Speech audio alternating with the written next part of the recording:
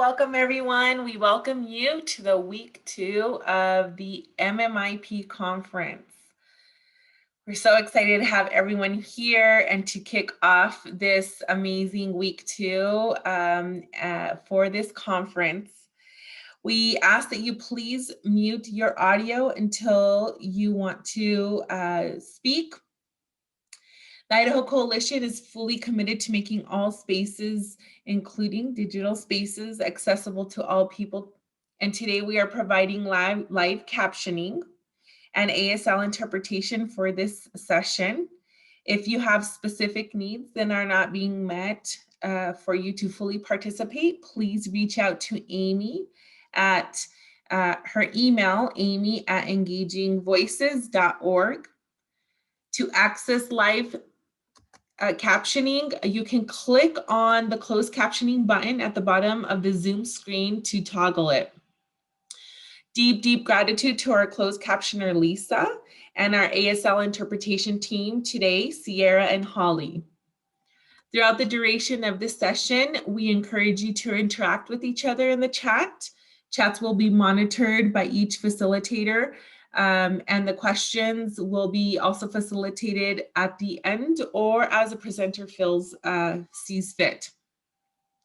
If you're experiencing technical issues, you can text Dalton at 208-570-4392, and we'll put this number in the chat box, 208-570-4392.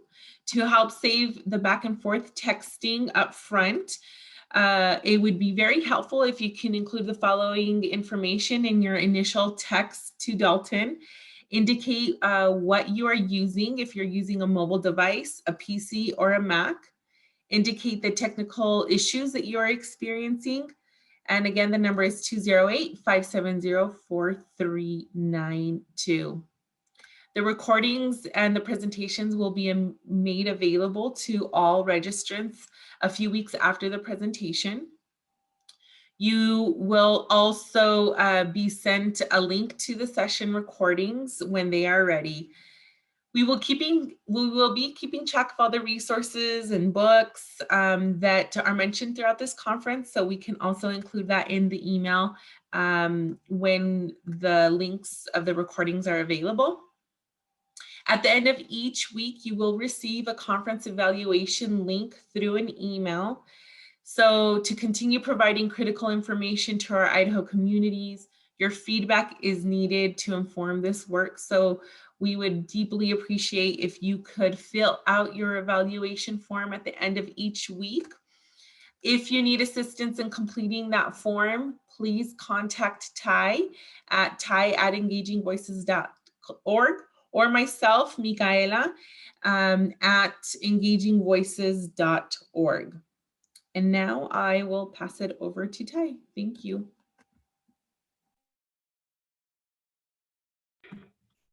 Tats mewi oikalo hamakas katsiao yo hanyuat ka oikalo inim winitwas Tai Simpson soyapo winitwas No, Tai Simpson is my non-native name. Inim winitwas atitwatit. My name is the storyteller. In English, I am called Tai Simpson. Inwas Nimiipuu Ayat. I am a citizen of the Nimiipuu Nation or Nez Perce tribe. I am also a social change advocate at the Idaho Coalition Against Sexual and Domestic Violence. Before we even go further into our session and get started, we have invited an elder, Rosanne Abrahamson from the Shoshone-Bannock Nation, to offer our invocation this morning.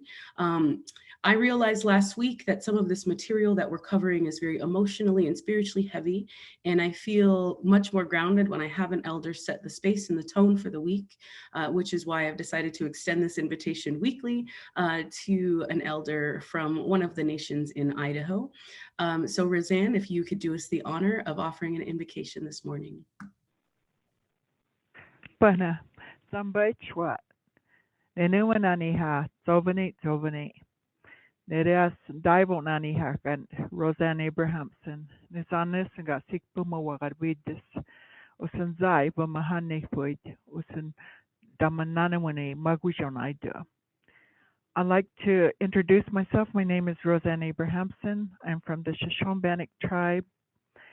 I'm an enrolled member, but I am also a part of here on the reservation. We're broken up into different bands and tribal groups, but I come from the Agaidika, and the Agaidika were Sacagawea's people. I also come from the Boise, who encompassed eastern Oregon and Idaho and Nevada. And then I'm also part Bannock.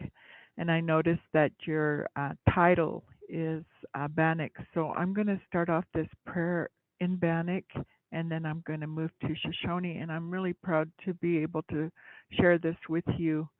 And I'm so proud of each and every one of you for making this effort to protect our people. I just, it's unbelievable. My heart goes to each and every one. Dama apa, Babi Jesus, Sogobia, our Creator, our Elder Brother, our Mother Earth. Nemiyanga Sundahai, Zangu Nemishundahai, Bisha Nemishundahai. Oh, Creator, we want to thank you for all the many blessings. We want to thank you for each and every person that's gathered here and that's listening. The many voices and the many hands and the many hearts and the many eyes that are here to protect our people. Dama'apa, those who were Dambekap, Danduvunguip, Dawazingup, Sukanamanani Shundahangan, for those missing, murdered Indigenous persons. Suragat Nima Divishishuak, Zanguishori Daud, Zanguishori Manasunga, Ditahas Urihak, Sidim Siki Wikanda, Suwaiko, Zanguri Diwazaido. Ugi tamasogo wada mandui viche weki kehewai. Suwaik zangu wishes tamanana wane suwaik taura wats suri zauri manasungando or the spirits za manasungando.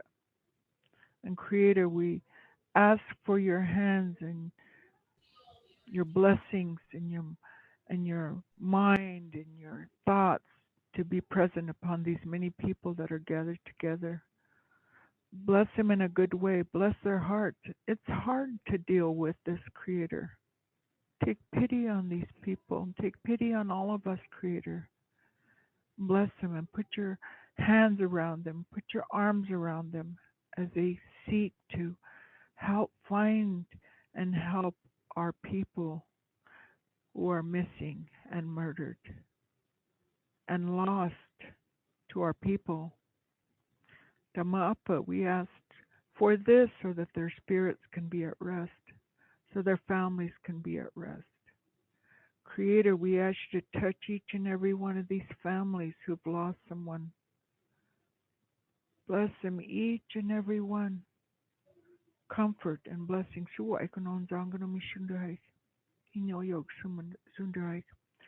And I pray, Creator, and we pray, Creator, that the words that are said today are inspired,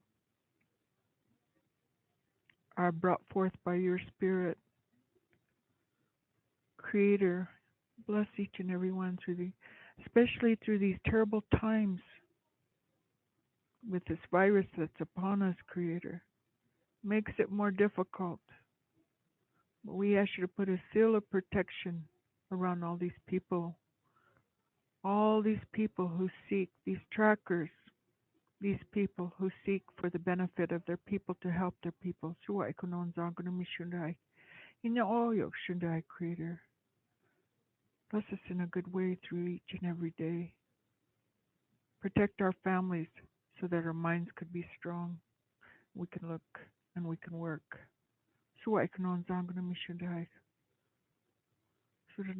Babi anani ha numusukani wifan usinget no us. Thank you.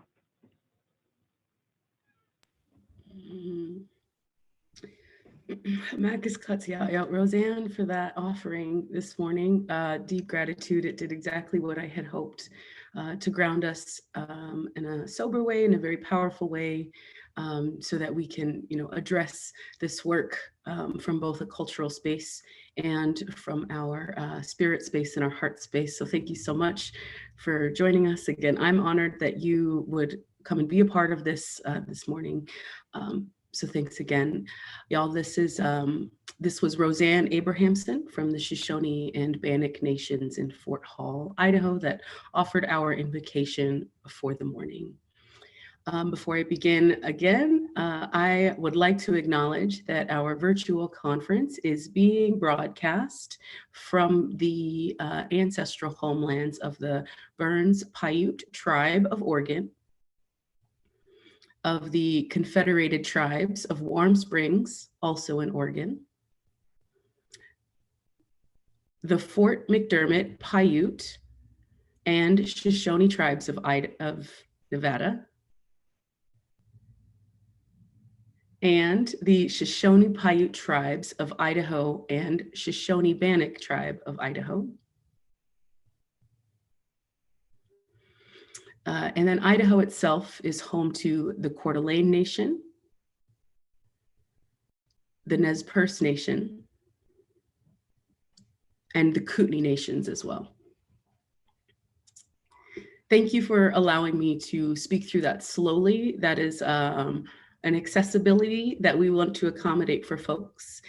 I'm learning that in ASL, there are no actual signs for the Indigenous nations in the United States, but it is important that we are conveyed as accurately as we can across languages, including ASL. So thank you for your patience.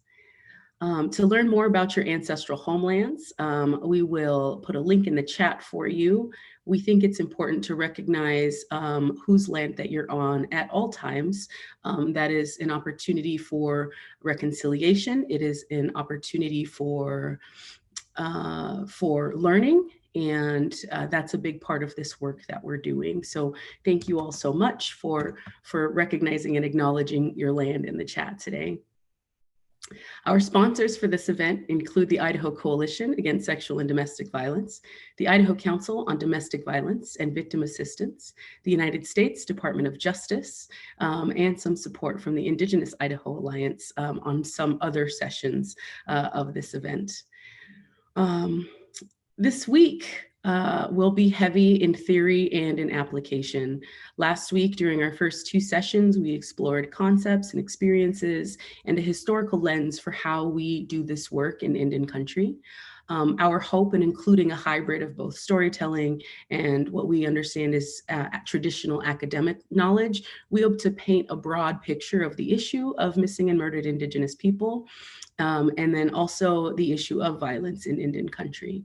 Indigenous communities are resilient, but part of our work to mitigate and address violence has to be a conversation about white supremacy, oppression, and racism.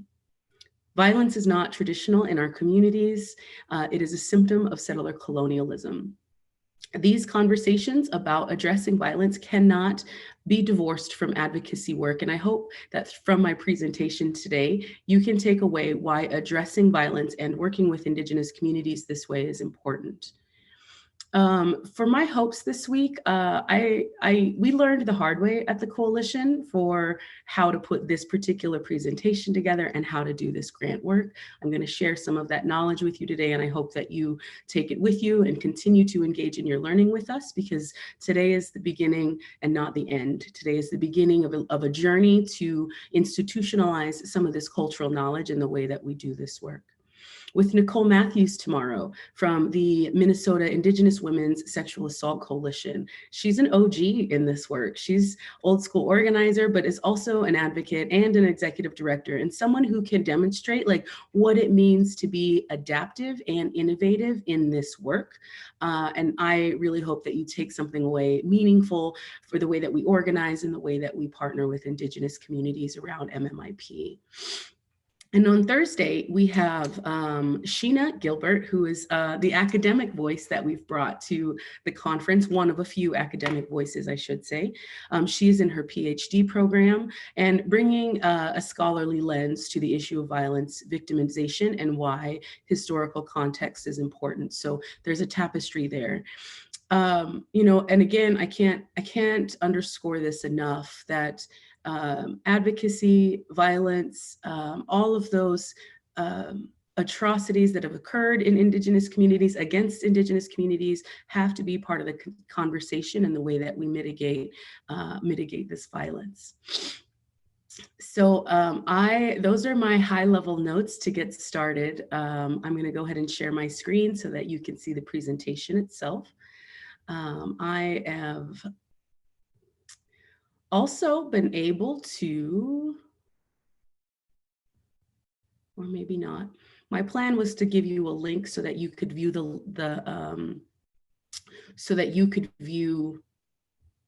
the slides in real time on your end, but unfortunately we can't. So that's okay. I want to get this started with noting that this production, the production of this webinar was made possible by a grant from the Department of Health and Human Services Administration for Children and Families. Its contents are solely the responsibility of the Idaho Coalition Against Sexual and Domestic Violence, and do not necessarily represent the official views of the Department of Health and Human Services Administration for Children and Families.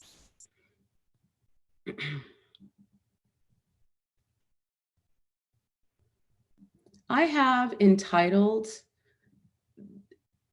this webinar, Showing Up in a Good Way, Best Practices for Domestic Violence and Advocacy in Indigenous Communities.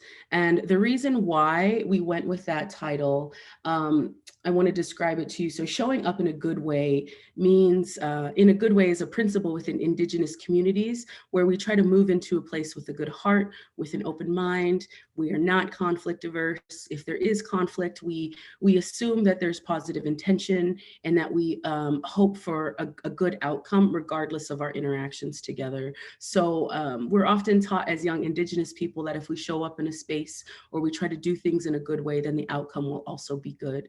And it's a guiding principle, not just in my own nation, but in several other nations as well, where we really hold to this idea that being in a place in a good way, encouraging others to show up in a good way means that, you know, we all have a collective hope and a collective vision for improving the state of our communities. Showing up in a good way, best practices for domestic violence advocacy in Indigenous communities is how can we bring that principle into our domestic violence advocacy work.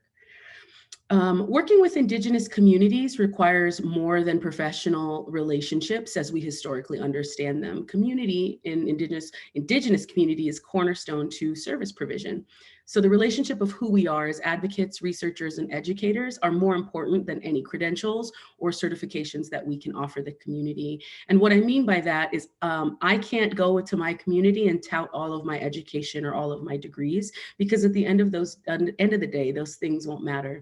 I used to prattle along and tell my grandmother when I was younger about all of the cool things that I used to be able to do. And she would just laugh at me. She would chuckle at me very gently. And then ask me if I knew how to gut salmon, if I knew how to tan a hide, if I knew how to find teepee poles.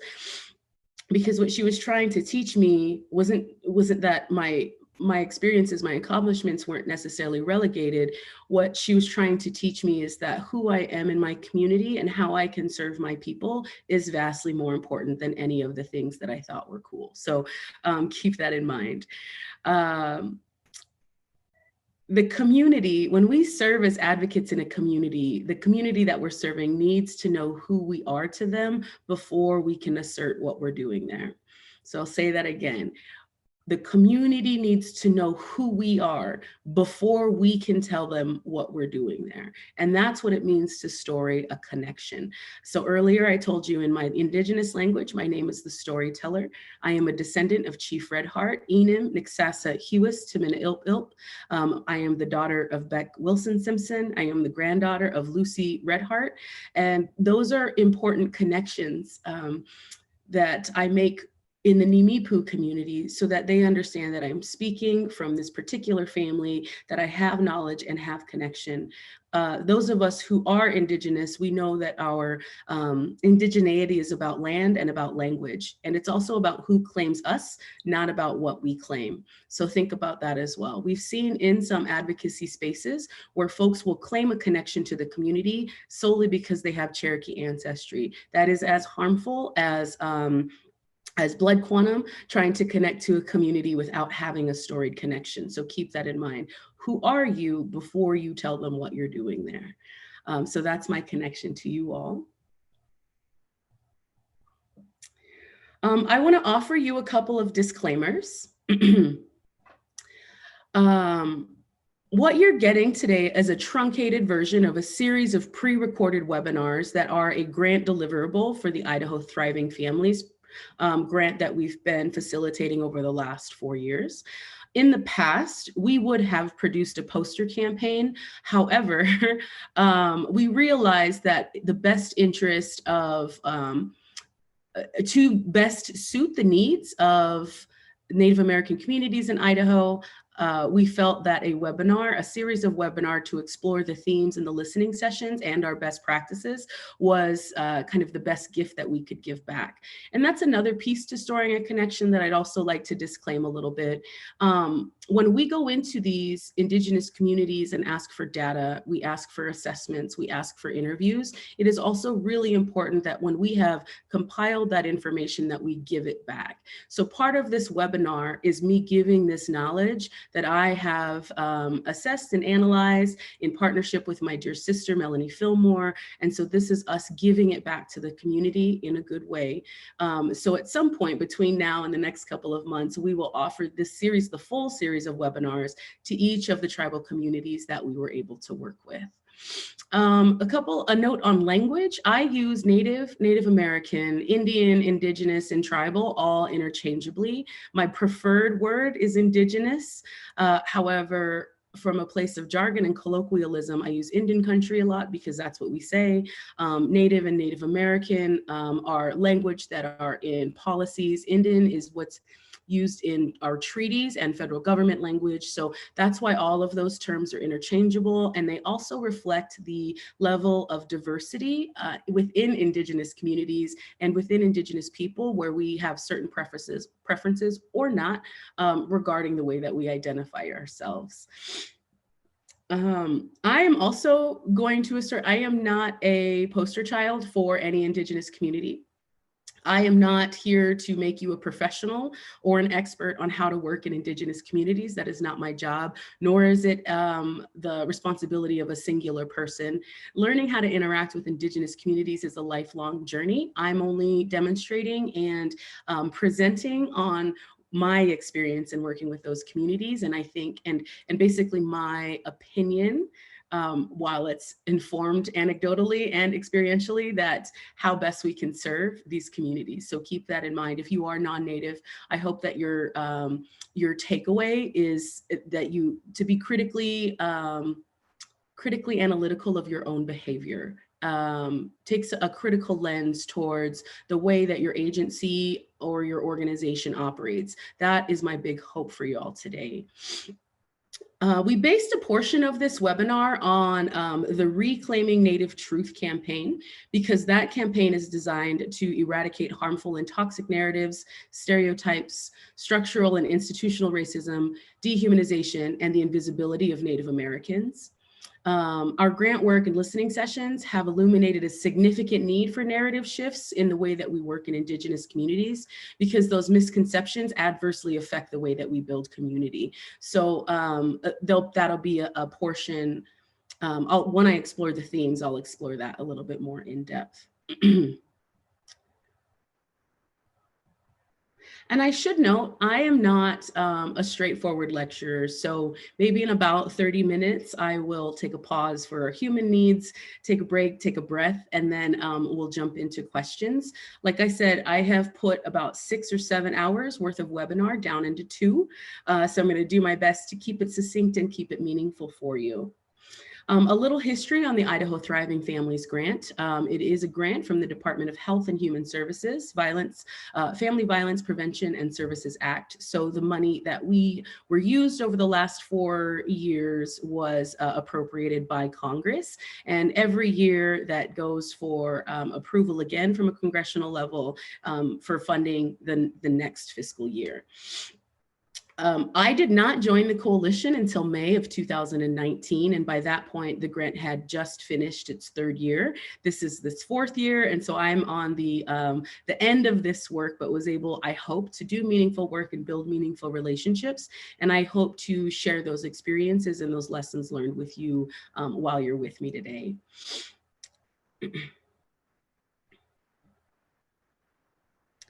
These are the specific bullet points and goals from the Idaho Thriving Families grant. This is the specific grant language. While you're reading those, I will give you kind of the high level look. What we were trying to uncover is how are Indigenous communities impacted by domestic violence? How do Indigenous families impacted by domestic violence access service provision and also healing in Indigenous communities? Healing was a big piece for me, and I think a big piece for the coalition as well. Rather than taking a problem-saturated approach, we were looking at how can we intentionally create spaces for folks to begin the healing process. And what we've realized and what we've learned is sometimes the healing process has started prior to the disclosure of violence, prior to the disclosure of prior to seeking services in response to violence. So Indigenous communities are really interesting where we don't work in a linear manner. An act of violence occurs, and then we will sit on it and hold that act of violence, either in the face of shame or of guilt or of community pressure. And then at some point, healing is activated or disassociated from. That was also part of one of the listening session discussions. And then maybe 5 months down the road, 5 years down the road, that person impacted by violence will finally start to seek services. So what we expect linearly to happen doesn't happen. And so that was an important component in what we were learning and what we were trying to ask. How do we improve our systems and responses to violence with an anti-oppression and social equity framework?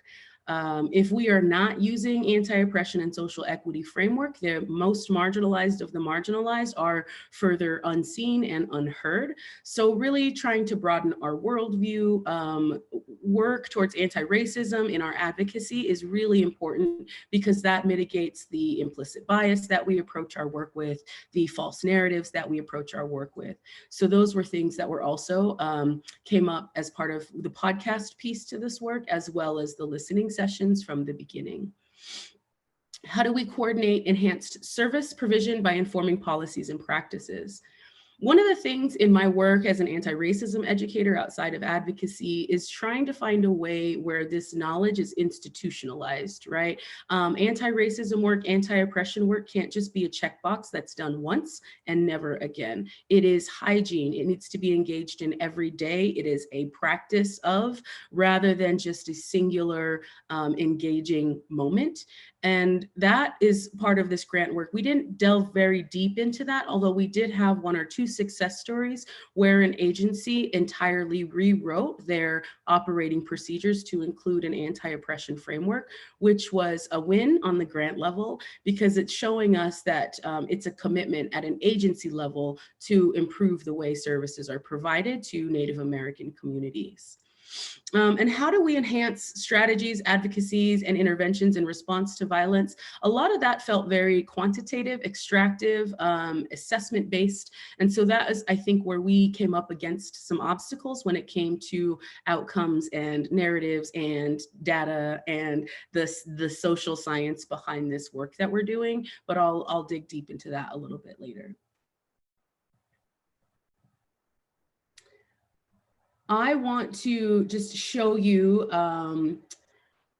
the 11 program sites that we worked with on the grant and the 3 tribal programs. So that's the Stop Violence program with the Coeur d'Alene tribe, directed by Bernie Lassart, the Uyit Kimti New Beginnings program for the Nez Perce tribe, and that is directed by Carrie Picard. And then the Victims Assistance program for the Shoshone-Bannock Nation, that is directed by Audrey Jim.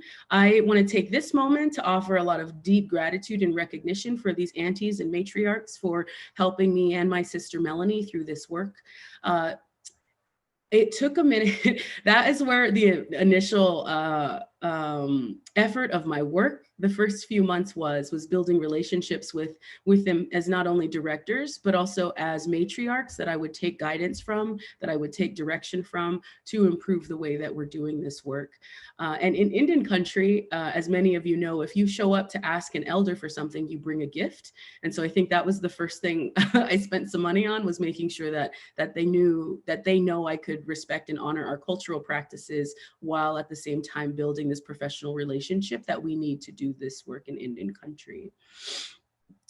So this process included listening sessions, both in the Latinx community, that was before my time at the coalition, and then also in the Indigenous community, and those were wrapping up as I started at the coalition. So that methodology process was where we also ran into some questionable things that we had done and had to have some heavy conversations about how those things were done. So let me explore that a little bit. Methodology matters when you are working with Indigenous communities. So the very first thing is, what are the stated needs of the community? What is the community asking for? Are you involving the community in the planning process from the very beginning, not in the aftermath, not at the end when you want assessments?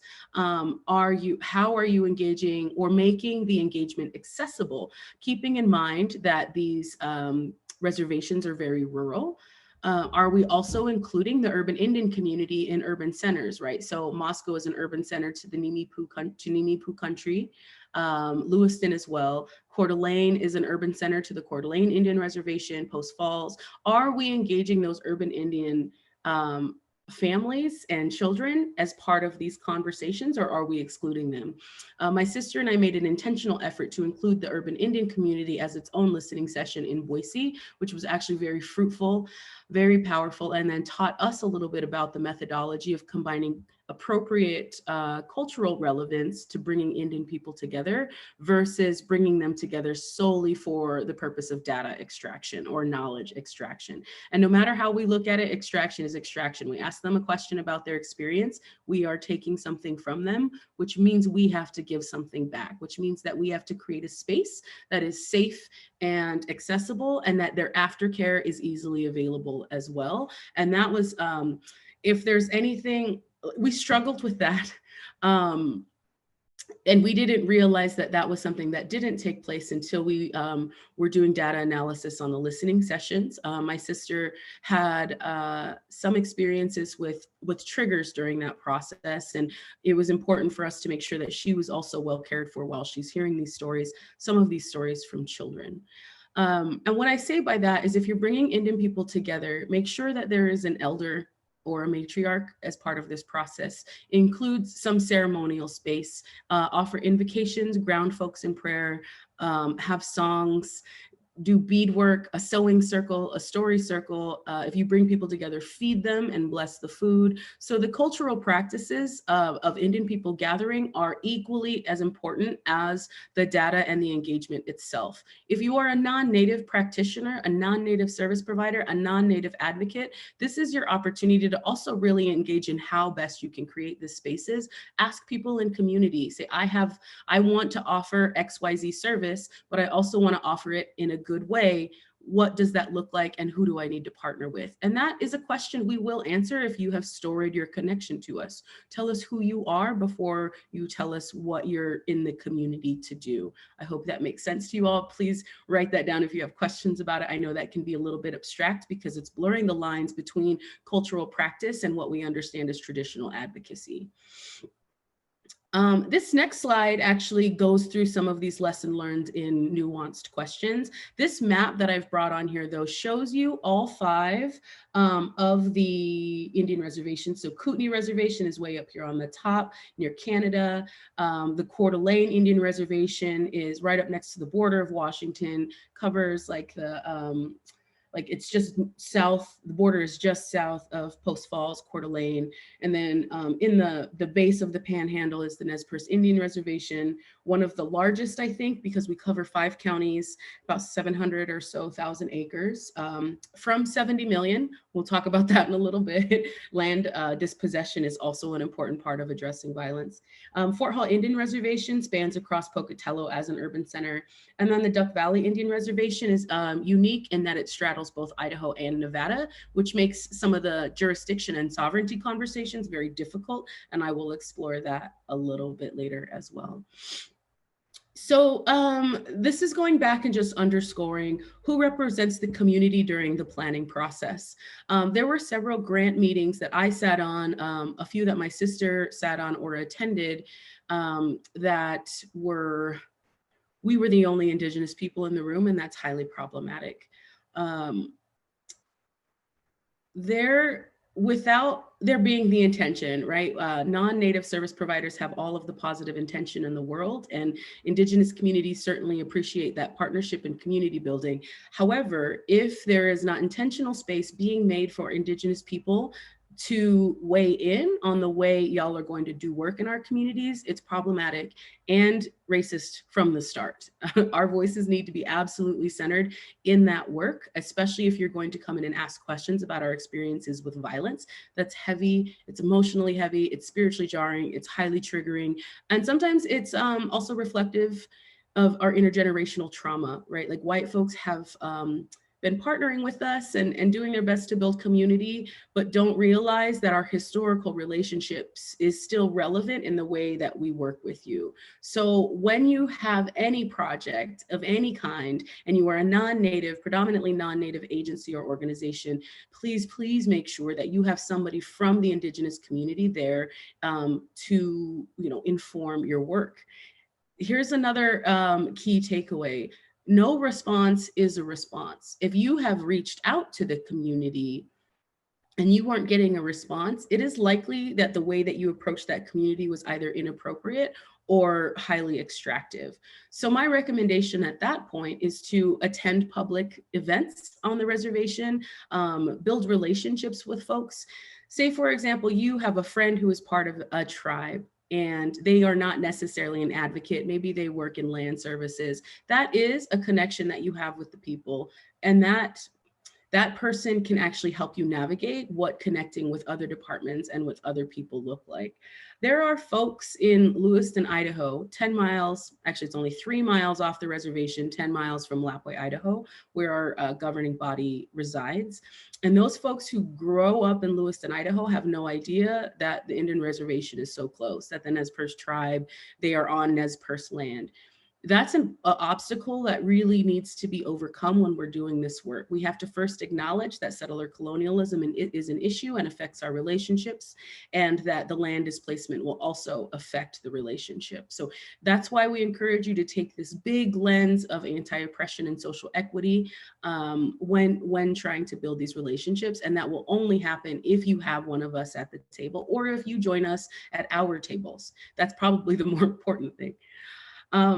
How do you get people in the room? Food. Like if you invite Indigenous people into a room and there's no food, you should have just wrote us an email, right? That's kind of my stance on things. Food is love, feeding is the ceremony. And I feel like that's a practice widely accepted across Indian country. If you feed us and we will come, kind of basic there.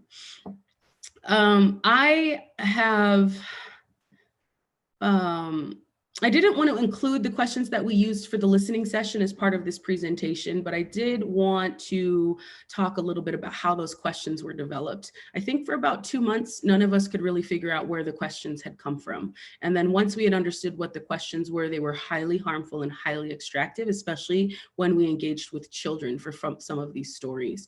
So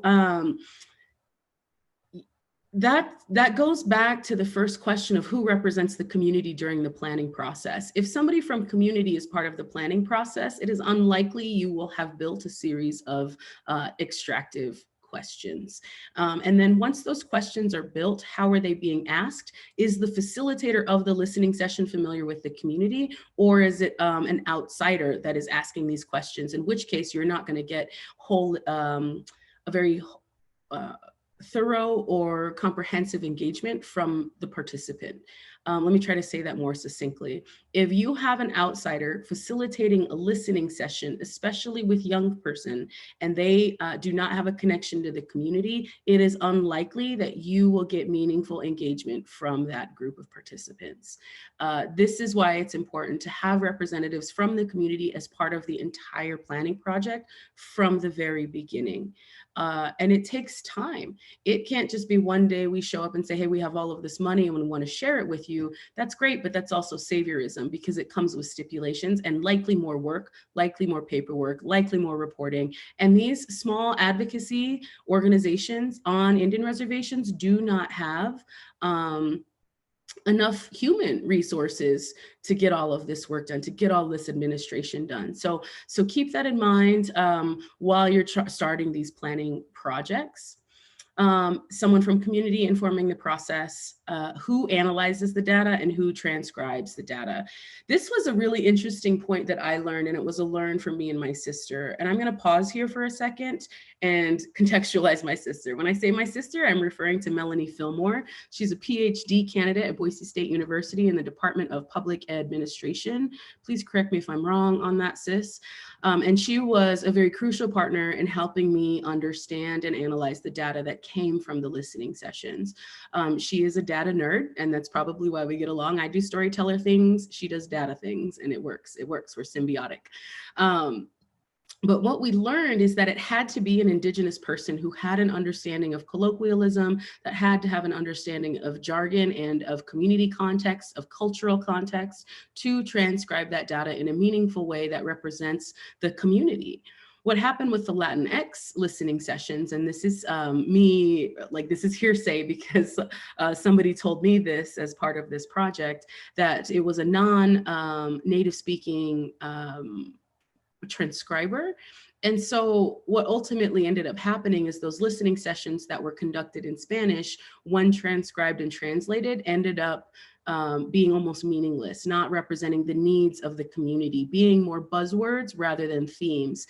And that is highly problematic, right? These communities participate in these listening sessions because they give us an opportunity to voice our needs. And if we produce something in the aftermath of those listening sessions that isn't meaningful to the community, we're basically saying, we don't hear you, we don't see you, but here's a really pretty poster. Like, and that's so harmful, entirely harmful. That's the same mentality of like 70s era anthropologists in the United States, rolling from reservation to reservation, extracting data, writing a book, and then sending a copy of the book to the people.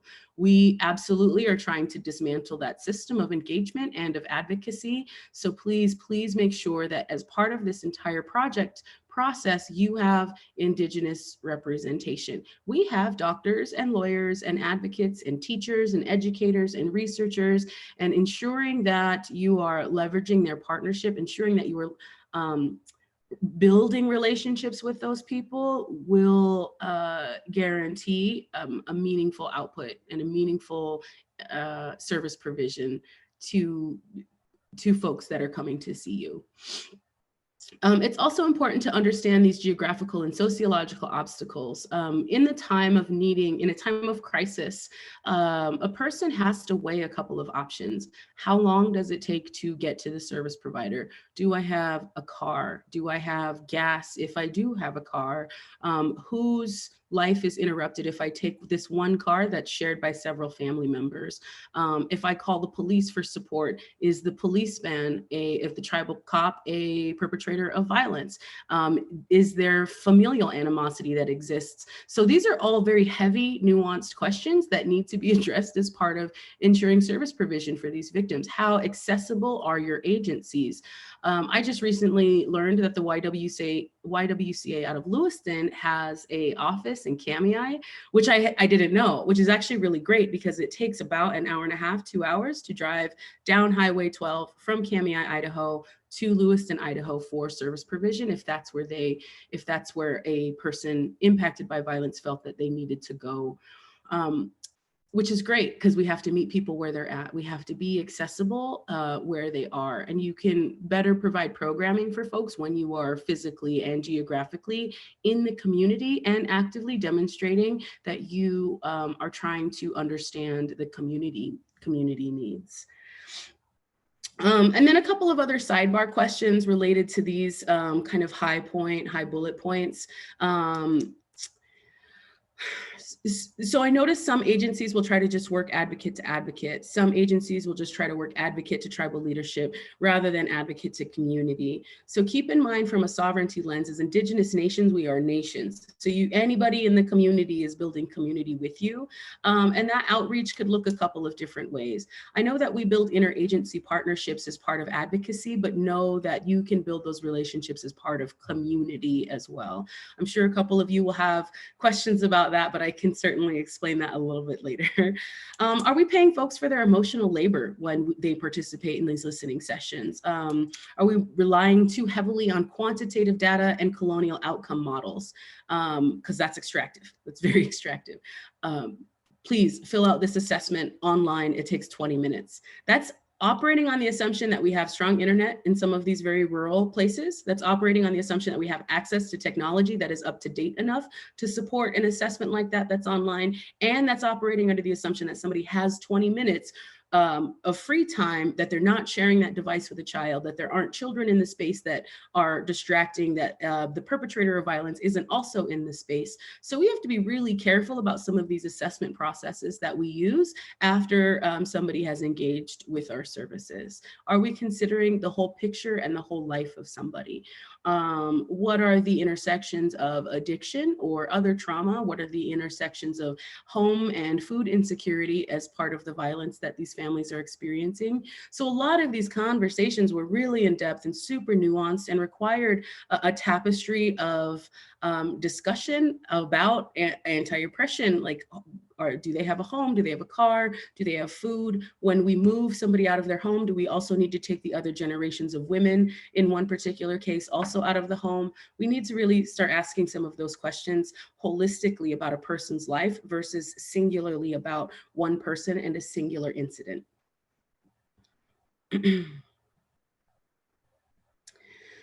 So some of the themes, these are the themes. They were so fascinating, and I was actually very proud of my sister when she wrote her themes report. That's a resource that we'll make available to all of you in addition to these slides. And like in reading it, it was almost like reading a description of our community, right? Of course, these matriarchs are also advocates. Of course, we need our elders for mentorship. Of course, we need these advocates to learn sovereignty and jurisdiction. Of course, we need to incorporate ceremony as part of this victim service provision. Of course, right? So I know that I have the cultural lens for that because I identify as somebody who's Indigenous, but it makes sense. Like, why would we not include these deeply embedded principles as part of our work in victim service provision? I'll ask you that again. Why would we not include these very deeply rooted principles of Indigenous communities within our victim service provision in proximity to Native American communities? What does that look like? How can you institutionalize that? What does that training process look like? So those are heavy questions that I hope that you ask yourselves today. And today, if you don't leave with more questions than answers, then I haven't done my job. The narrative shift. What we learned in listening to some folks from their listening session input was that we need to tell the strength-based story of Native communities. False narratives are created by non-Native people to perpetuate oppression. So what that looks like, positive side, oh, they have all this casino wealth. That's a stereotype. Negative side, oh, they are in abject poverty all of the time. Like, those are sweeping generalizations that are very harmful. One is positive, seemingly that we have wealth when we don't. All iterations of mascots are racist and perpetuate harm against Indigenous people. The misrepresentation of Indigenous people in the media, the lack of criminal justice attention on the MMIP issue in general, the lack of media attention. There has literally been no time in my life, literally never, when I saw an Amber Alert for a Black, Brown, or Indigenous child. So marinate on that for a moment. When was the last time you saw an Amber Alert for a Black, Brown, or Indigenous child? And when you did, how often, like how rare and how recent was that? And then we also need to ask the question, especially because Black, Brown, and Indigenous children go missing at far higher rates than our white relatives. I'm not playing oppression Olympics in that. What I'm saying is that the way that we approach service provision, the way that we address these issues for Black, Brown, and Indigenous communities absolutely has to also have an anti-oppression lens that includes shifting the narrative in the way that we talk about these communities. Are these communities being intentionally given space to speak for themselves and tell their own stories? Our matriarchs as advocates. Many of the listening session participants expressed the need to see or be with Indigenous people working within service provision because it relieves the burden of explaining sovereignty or jurisdiction, or the historical trauma that impacts Indigenous people as a whole. It relieves the burden to explain identity. Melanie wrote that as part of the themes report. Again, I tell you, she's brilliant, but I'm gonna truncate that a little bit for you. We will skip a service provider and go right to an elder or right to a matriarch because we don't have to explain our identity or our connection to the land or the complicated struggle with sovereignty and jurisdiction. So we would prefer an Indigenous person as a provider versus a non-Native person because we don't have to explain our identity to that non-Native person. That is an emotional and laborious act of engagement. I will give you a personal example of that. My therapist is an Indigenous woman, and that in the very beginning of our relationship allowed me to skip a whole great deal of background knowledge about who I am and how I operate in the world, and that we could just get right to my healing. And that was really important to me. She understood intergenerational trauma without me having to explain what's happened to Indigenous people over the last 400 years. So think about that as a non-Native service provider. How are you engaging matriarchs as part of your advocacy, right? Like, are you leaning on their partnership? Are you accepting their learning and accepting their input? And understand that we're going to go to our elders first, somebody in our community first for help to alleviate any other struggle of explanation. Melanie also wrote, these elders have their own stories of violence and trauma, and they make themselves approachable. Knowledge in the face of crisis is important, and those who know how to navigate situations would be sought after. Violence in Indigenous communities occurs at a very high rate, so the likelihood of one of us knowing an elder or a matriarch that can help us navigate the emotional struggle of violence is really high. There are some communities that I was able to speak to as part of this project where they were hosting community circles or just community groups, whether it be a sewing group or a beading group, and then inviting elders and matriarchs to participate in those spaces. And it allowed young people who were in those spaces to open up about what they were going through, what resources they needed, what services they needed. So I would really encourage that. I know that some of our program sites also have support groups. What could it look like to incorporate a cultural component to that, to give these survivors or these families impacted by violence a place to express themselves in a way that feels culturally comfortable, spiritually comfortable, that sort of thing. This requires a great deal of new knowledge building on your part. And I'm going to jump into learning sovereignty and jurisdiction here. On whose land are you on? What is the history of the tribe with the settler colonialism in that space? When was the Nez Perce War? What happened? What are the treaties? What kind of government does the local tribe have? When do they elect new officials? When do they have general counsel? Are you tabling at general counsel? All of these are really hard questions that you should be engaged with if you want to build meaningful community bridges with your Indigenous neighbors.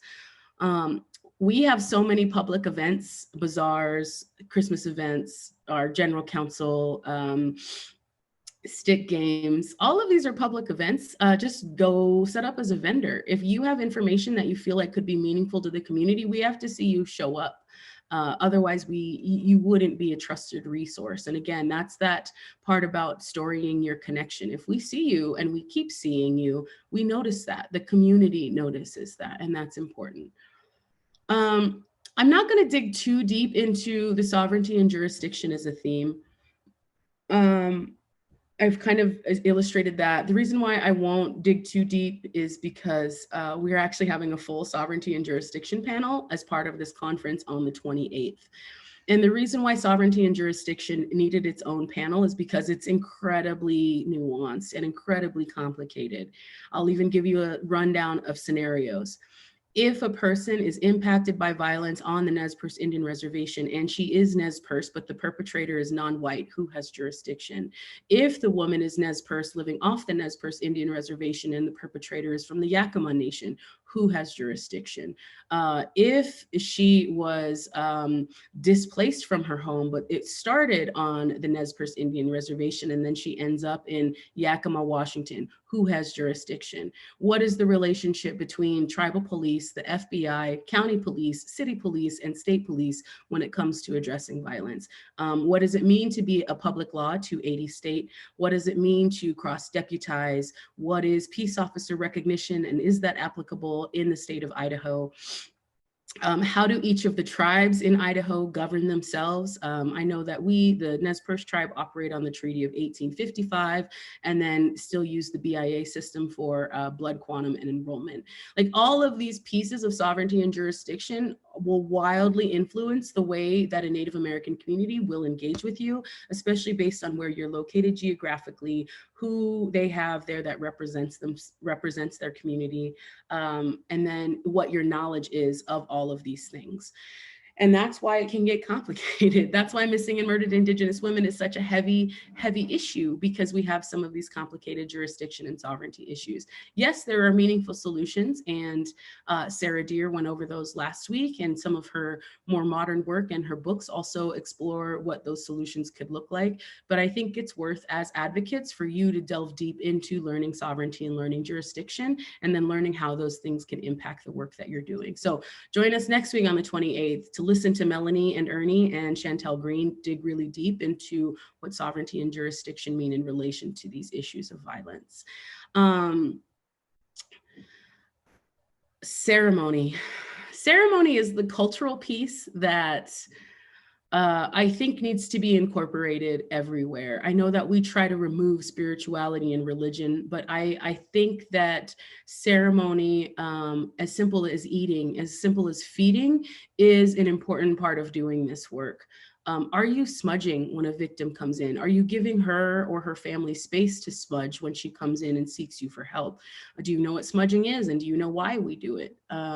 Are you offering a grounding practice before you go into intake? Like, these are really important ceremonial pieces that make you much more approachable as a non-Native advocate, where people will disclose and trust you for services and for support. So a lot of this, again, is like, we need to build community with you before we trust you with these really harmful and terrible, tragic stories that we're enduring. Again, we have to trust you. We have to build community with you. We have to story our connection with you before we can even engage in some of these very difficult conversations. And I say this as somebody who lives off the reservation. I am Nez Perce, Nimiipuu, right? Like, these are my people, and yet I still have to story my experiences and story my connections to them, so that there is an established level of trust when I go home and talk about domestic violence and addressing violence and working in the community. So this goes, and it's a practice. This is a practice of ceremonial connection, a practice of storied connection, so that there's always open lines of communication and trust. I think that at this point, I want to stop and take a breather, because we're right at 12. So we've got about an hour left together. Before I go into all of these best practices, I want to accept some questions. So I'm going to stop sharing my screen for a moment. I'm going to take a breath, and I'm going to take a drink of water. And I invite you to ask some questions. I noticed that the chat's been going crazy. Let's see.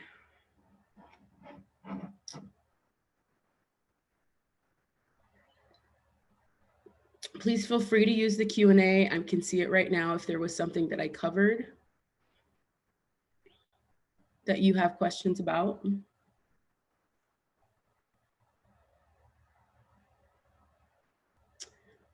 You've asked about smudging. Let's see, I'll go into that.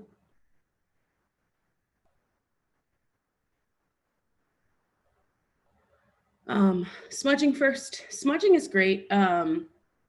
Smudging is a practice of using one of our traditional medicines, tobacco, sweetgrass, sage, or cedar, and we use it to, one, physically clean the space that we're in. And there are some nations that believe that smudging allows our prayers to be carried in a good way and in a particular way to Creator to be heard.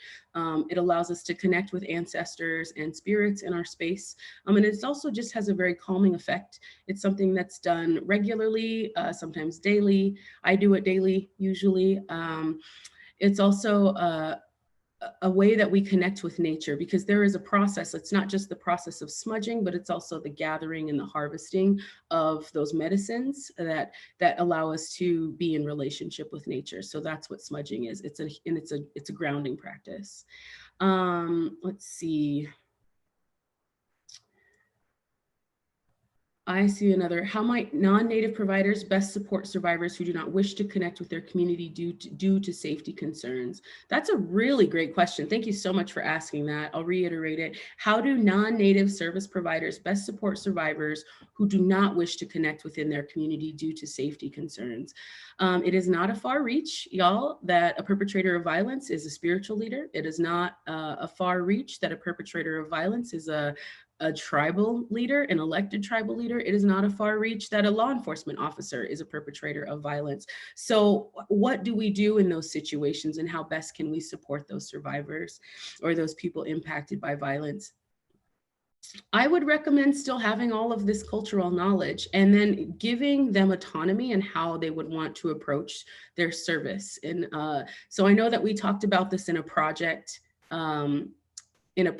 capacity. Is the person from the community being able to speak for their own experience and being able to speak to their own healing as part of the intake and part of your service provision?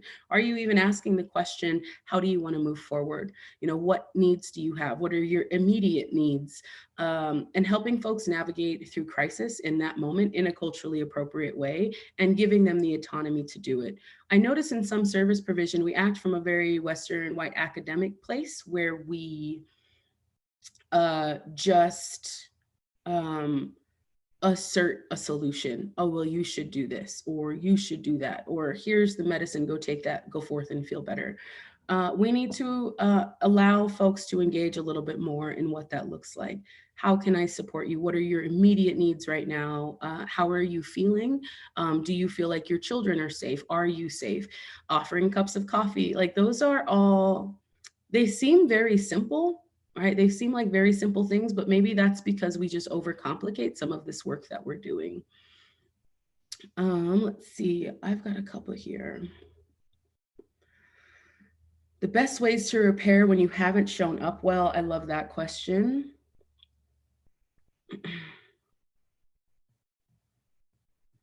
Y'all are asking fantastic questions over here. So going back to the timeline a little bit of my work with the tribes, there were some obstacles there in the way that we initially approached and started our work. So we showed up and demanded time and space. We were asserting the way that we should be doing the work. We kept sending assessments and questionnaires. We didn't do a good job of engaging the community in the planning process until after the fact. So repairing that harm is entirely possible. Indigenous communities are among the most forgiving. We remember everything, but we are also a very forgiving community, and we always afford folks space to show up in a good way when harm has been committed. And it really is asking permission. I ask permission a lot. Like, can I show up? Can I come do this training? Can I come to the res? Can I, like, I kept asking to be involved, but but it was about making sure that they knew that they had the option to tell me no, making sure that they knew that there was no pressure and that there were no expectations for them to accommodate me or the coalition's need. It was really just about me showing up and serving the community in the way that the community was asking me to show up. When I got a phone call, I said yes. When I was asked for a training, I said yes. When they wanted luncheons, I said, I traveled a lot last year, which is a really stark contrast to this year. And what ultimately happened in all of those spaces is that I was continuing to ask questions about how I could serve, how best I could use the grant money to serve the community. And we eventually realized that that was actually part of the problem. And it is part of my recommendations in a couple of different slides down the road about, you know, how we show up with money, and then how we have certain expectations and bullet points of the way we want these communities to spend this money. And that can also be very complicated. Repair also came in the form of me taking people out for food a lot and talking about this work. And it was mostly me listening to what had already been done, me listening to these advocates who had nearly 35, 40 years worth of experience.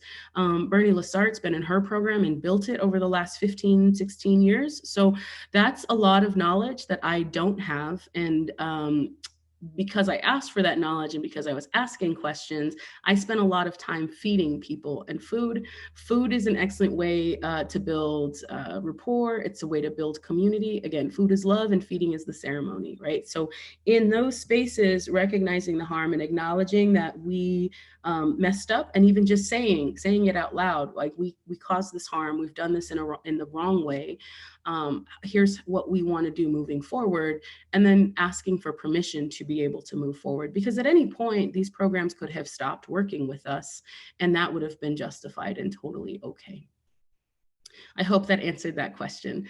Again, I just want to reiterate that this is a 2-hour chunk of several hours of webinar, and I delve deeper into some of these questions that you're asking. So thank you. I can give you high-level answers now, but this will be a resource for you and for anybody in any state, in any capacity, that can hear about these learns very specifically and anecdotally as well. There was a really great question I wanted to address. We've been taught not to assume a person's cultural practices, and how do we ask about things such as smudging or ceremonial practice without overstepping or possibly offending? I mean, that I always think that's an interesting question too. Like, why are we not engaging in people's identities as part of our work when identity is very important? I think that because when we operate from this place of colorblindness, or we operate on an assumption like where we're assuming that we're equal, we are in fact further marginalizing folks who would lean heavily on their identity for healing and ceremonial practices. How could you ask those questions? You know, how do you identify who is your community? Who is your people? Are you storied to this land? I mean, those are all, if you ask those questions, none of those identified race, none of those identified specific cultural ties. But as a sociologist, as a storyteller in Indian country, I can assure you, if you ask me about my people, that's going to be one of the first things that I say. I am Nimiipuu, I am Nez Perce. If you ask me about ceremonial practices, Indigenous people are the first storytellers, right? And so if we ask our questions in a way that make room for storytelling, you'll be able to engage in some of these cultural practice and racial identity conversations. Tell me the story of your people. How are you connected to the land? Tell me the story of your name. Like, those are all questions that get to answers inadvertently that you would need to honor folks' identity and cultural practices. I hope that answers that question, because I actually really love that question.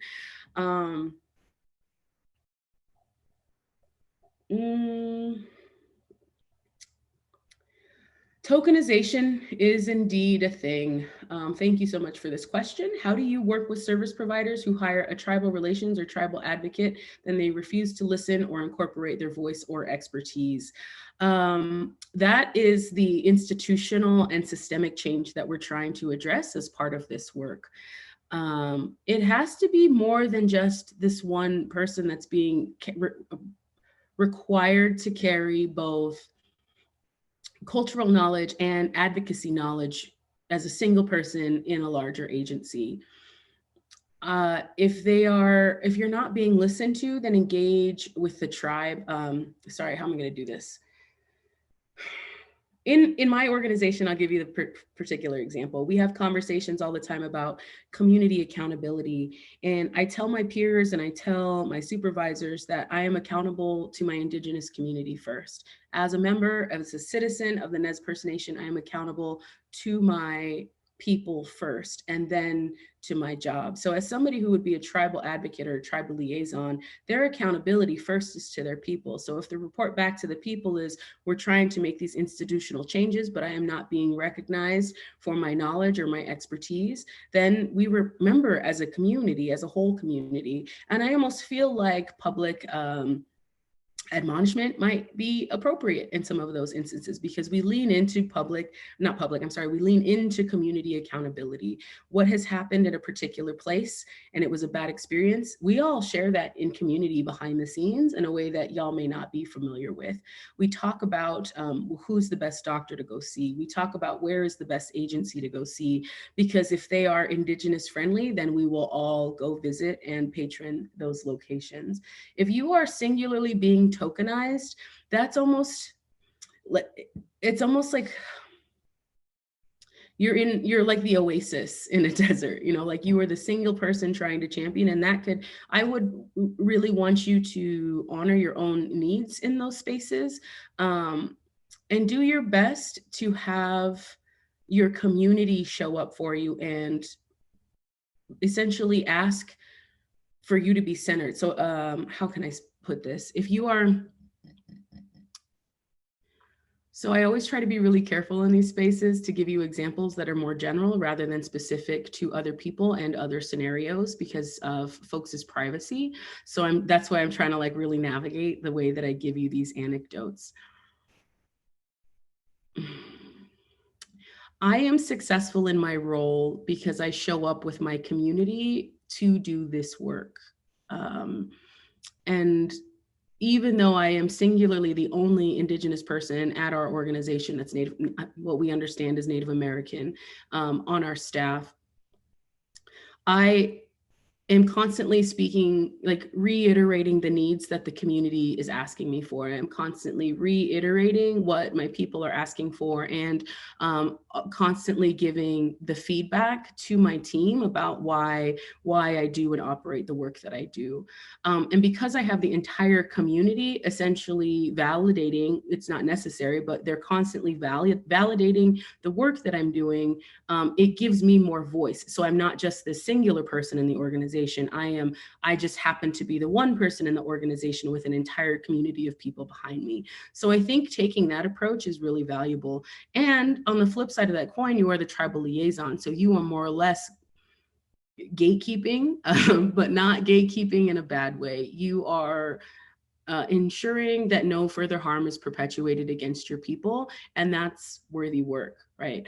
Making sure that agencies who want access to Indigenous communities know the clear expectations of the community and how they need to show up. I hope that answers that question. That's actually very complicated, but we address that as part of the Matriarchs as Advocates theme, because that's where that lives, right? Our matriarchs are also our advocates. They're also Auntie Bernie, Auntie Audrey, Auntie Carrie, and they know how to navigate both spaces. They know how to navigate both traditional advocacy, law enforcement partnerships, while also being able to navigate cultural spaces for their people. So those are that falls within, that particular question falls within the theme of advocates, matriarchs as advocates. I hope that was helpful.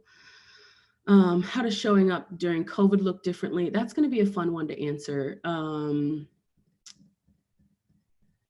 What are the ways non-Native people can repair harm or disrespectful actions against Indigenous when you didn't show up well, even if intention? Okay. So in the instances of Idaho, when we were doing this work, or as we do this work, we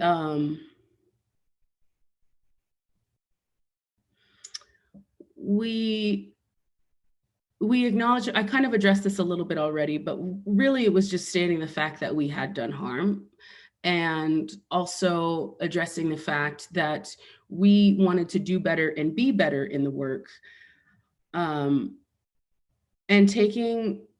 allowing the tribe, allowing tribal representatives, allowing the community, allowing the advocates to tell us what reconciliation looked like, what repair looked like. Instead of saying, oh, my intention was good, we said, we know we messed up. Here's our end goal, but how does that fit with what you want and what your needs are? So constantly reaffirming that the community's needs are first and are the priority is important. And it takes a lot of humility, right? Like, we are so accustomed to being subject matter experts. We rely so heavily on our credentials, and we think that,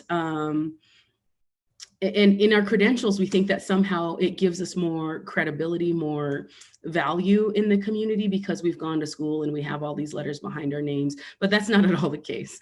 How you are storied into the community is also how you can repair any harm that was committed against the community.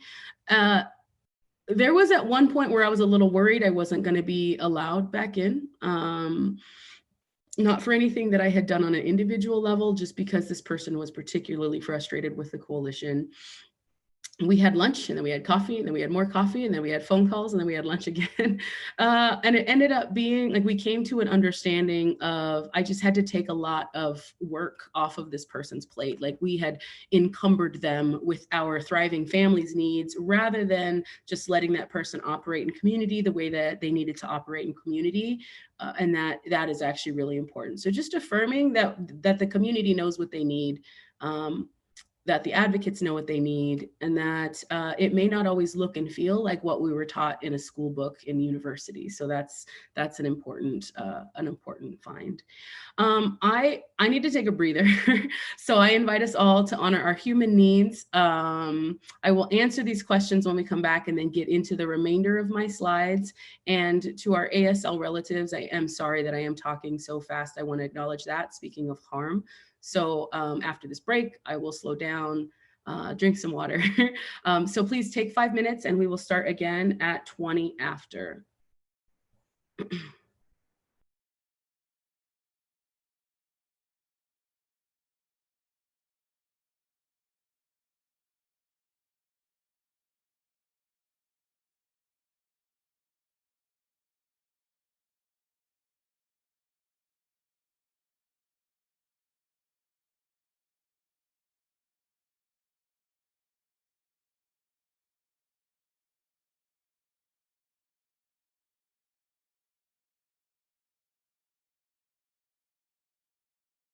We will never let you go, to the stars and the sky. You'll always be mommy's little guy. Hey, oh, hey, oh, hey, oh.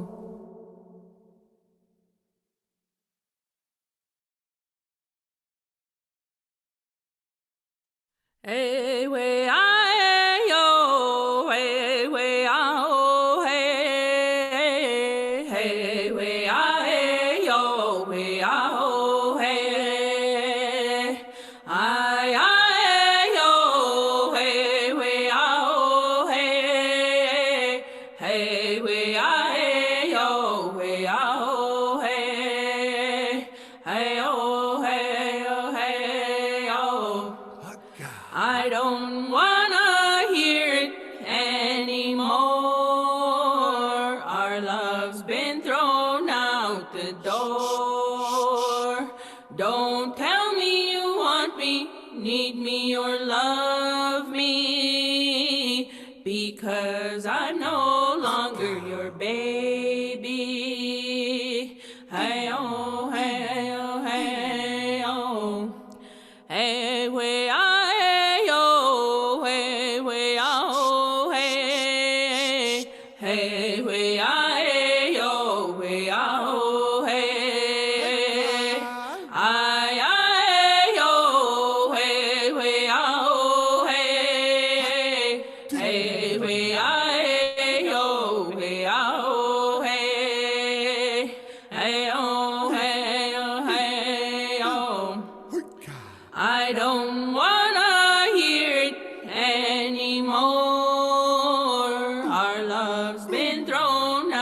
out the door. Don't tell me you want me, need me, or love me, because I'm no longer your lady. Hey, oh, hey, hey, oh, hey, oh. Hey, way, I, oh, hey, way, oh, hey, hey, way, I, oh, hey, oh, hey, I, oh, hey, way, oh, hey, hey, way, I, oh, hey, oh, hey, hey, oh, hey, oh, hey, oh. I don't wanna hear it anymore. Our love's been thrown out the door. Don't tell me you want me, need me, or love me, because I'm no longer your baby. Hey, oh, hey, oh, hey, oh.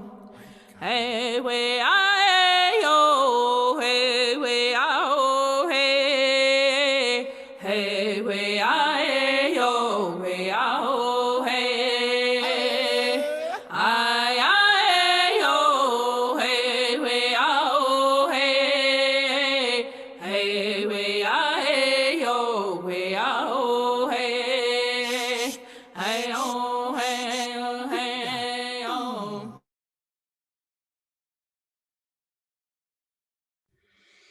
Welcome back, friends. Thank you for allowing me to take a bit of a break. I learned that from Ijeoma Oluyo as part of her presentation during the Collective Thriving Conference in December, but how we have this weird expectation to just like grind through 2 hours worth of work. And this is heavy work, and it's very meaningful to me because I'm deeply connected to my people. But sometimes I need to take a breather, one, because talking for 2 hours straight is a lot. And it's also very tiring because I want to make sure that I'm talking slower now. And I apologize for that. And two, that we are able to connect and engage in a meaningful way, even though we're on opposite sides of a screen. And I'm a storyteller, so I pour a lot of energy into these things, and then I realize I need to take breathers and breaks. So thank you for allowing me to honor my human needs, and I hope you took care of yours as well. So where was I? I want to get back into some of these best practices, because you are now starting to ask questions about how can you do a thing? How can we, those are, I will give you suggestions, but I also can't speak for the communities that you're in, right? Like, I want to reiterate that I am not a poster child for any of these Indigenous communities, and these communities can best tell you how they need to be served. And so building relationships with those communities, however that looks for that particular community, is something that you're going to have to put yourself into a very vulnerable place to do. Again, we rely so heavily in this industry on our credentials, on our own, our own life in a vacuum. Like, if you have been born and raised around particularly white folks in a rural setting and have no exposure to the Indigenous community that lives there, that's an opportunity for you to dig deeper and for you to learn a little bit more. We have to be able to engage in learning in a way that makes our work inclusive. And that's our responsibility. We can't put that responsibility on other folks. So in some of those questions that you're asking about the how to do it in a culturally appropriate way, that's an opportunity for you to widen your view, widen your engagement with knowledge. there's literally nothing in my brain around anti-racism education that I didn't read in a book or find on the internet, or so all of this knowledge is available somewhere. There are several resource centers online. I posted a few of them on later slides that can give you best practices also for different communities. Some of those come out of the Lakota people. I rely a lot on the Alaskan villages because they're so remote and rural that their knowledge is applicable in Idaho as well. The Coalition Against Violence Against Native Women, I think I said that right, and I'm sorry if I haven't. They're based in the Southwest, and I feel like I use a lot of their resources as well. So these conversations are happening everywhere across Indian country, and these resources are available to non-Native providers. And so I would encourage you to leverage those resources as part of your learning and expanding your knowledge about the Indigenous community that you're trying to serve. Okay, I'm going to share my screen again for you all. Let's go here. Can I get a confirmation that you can see it? Thank you. Okay. So what you're looking at here is best practices. I hate the term best practices, if I'm being straightforward about it. It doesn't allow for fluidity or nuance. And this is why I reiterate that none of this knowledge is a checklist. Do this, do this, do this, do this. These are all recommendations based on my experience and observation of the communities in Idaho, specifically Shoshone-Bannock, specifically Nez Perce, and specifically the Coeur d'Alene tribe. Working from community strengths. This means including and facilitating access to traditional healing, smudging, ceremony and medicine, art, holidays, storytelling, celebrations, all of those as part of the service provision.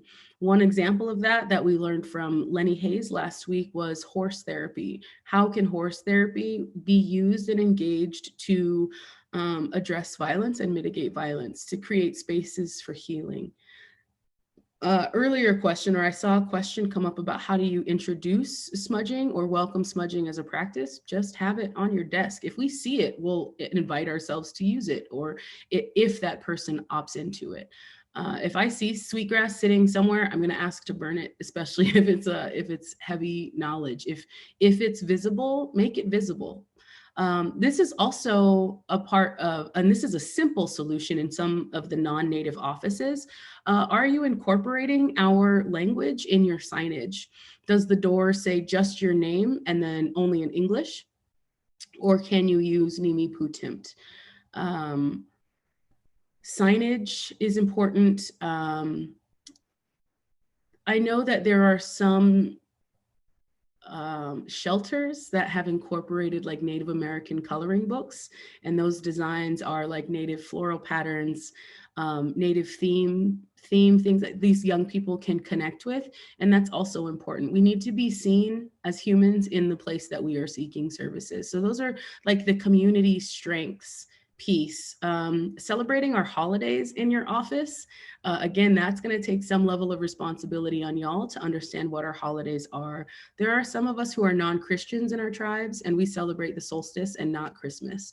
We celebrate at the equinox. You know, we don't celebrate Thanksgiving. So things along those. We celebrate harvests. We'll celebrate name givings. We'll celebrate our warrior memorials. We'll celebrate our like Bear's Paw and oh, what is the other one? Whitebird. Like we have these chiefs that we honor and celebrate, and those are actual tribal holidays where we don't go to work. If you work for the tribe, you don't go to work. So are you able to incorporate that knowledge or incorporate a small celebration in your shelter for that?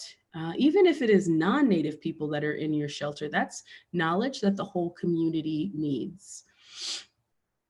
Let's see.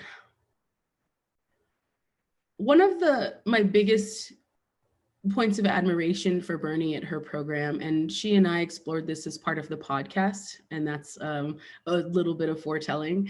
Bernie hosts community groups. She doesn't call them support groups. They're just community gatherings with food, with storytelling, but it's based in the Stop Violence program so that folks can connect with one another.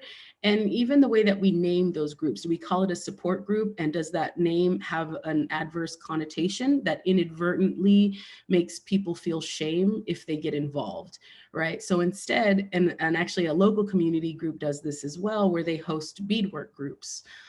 They have bingo together. They connect over monthly holiday meals. And during those places, they talk about community needs. They talk about these instances of violence. In some of these youth groups, they talk about healthy relationships. So how are we naming the groups and gatherings where we're trying to bring people together, and who is leading and facilitating those spaces? It is possible to hire and contract culture keepers to facilitate some of these groups for you in a space where folks can engage in the storytelling about their experience, and keep that lens as well. Engage in the storytelling of their experience. They don't need an assessment.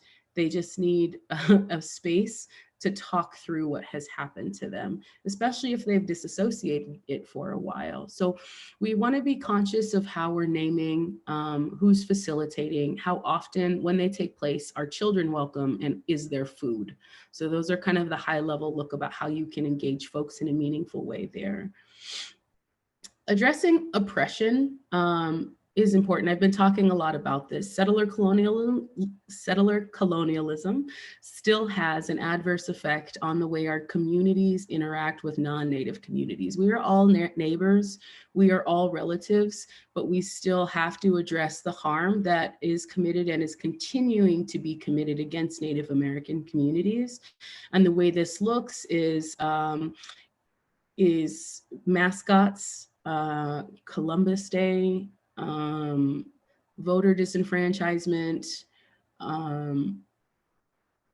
land, the theft of land still, the relationship between law enforcement and Native communities, the non-relationship between tribal law enforcement and non-Native law enforcement, that also plays an issue. So are we looking at big picture community building? Are we looking at big picture community conversations around oppression, our own individual contributions to oppression and perpetuating these false narratives? Do we do it at an organizational level? Are we opening ourselves up for feedback from the community when these things take place? And we know that Native American women especially face a great deal of discrimination in healthcare spaces. And that's something that may actually bleed into some of our service provision spaces as well. We're all in violence advocacy. Like, we are all trying to end violence in our communities. And it is very important that we have the discussions about how racism, systems of racism and systems of oppression play into perpetuating violence. The reason why missing and murdered Indigenous women is an issue because women, Native women, are often seen as outside the legal protections of our criminal justice system here. The jurisdiction is complicated, the sovereignty is complicated. And if we aren't talking about that, then we're not actually addressing the root causes of violence. I can assert to you, as a woman who has lived experience as Black woman and an Indigenous woman, violence is a symptom of settler colonialism. It's not in and of itself its own problem. It is a symptom of something else. And that something else is what we're trying to address. And if we can address the whole picture, if we can address the tapestry of issues that are adversely affecting Native American communities, then I think that we can really dismantle why these instances of violence take place. Violence is not traditional, right? The trauma is where it comes from as well. The small resource, I just want to draw attention to that. So The National Center on Domestic Violence, Trauma, and Mental Health put out a series of articles that talked about cultural relevancy and trauma-informed care to working with survivors of domestic violence. And it was a really great article. And that's where some of these best practices were drawn from, but expanding like also anecdotally on the way that we did this work in Idaho.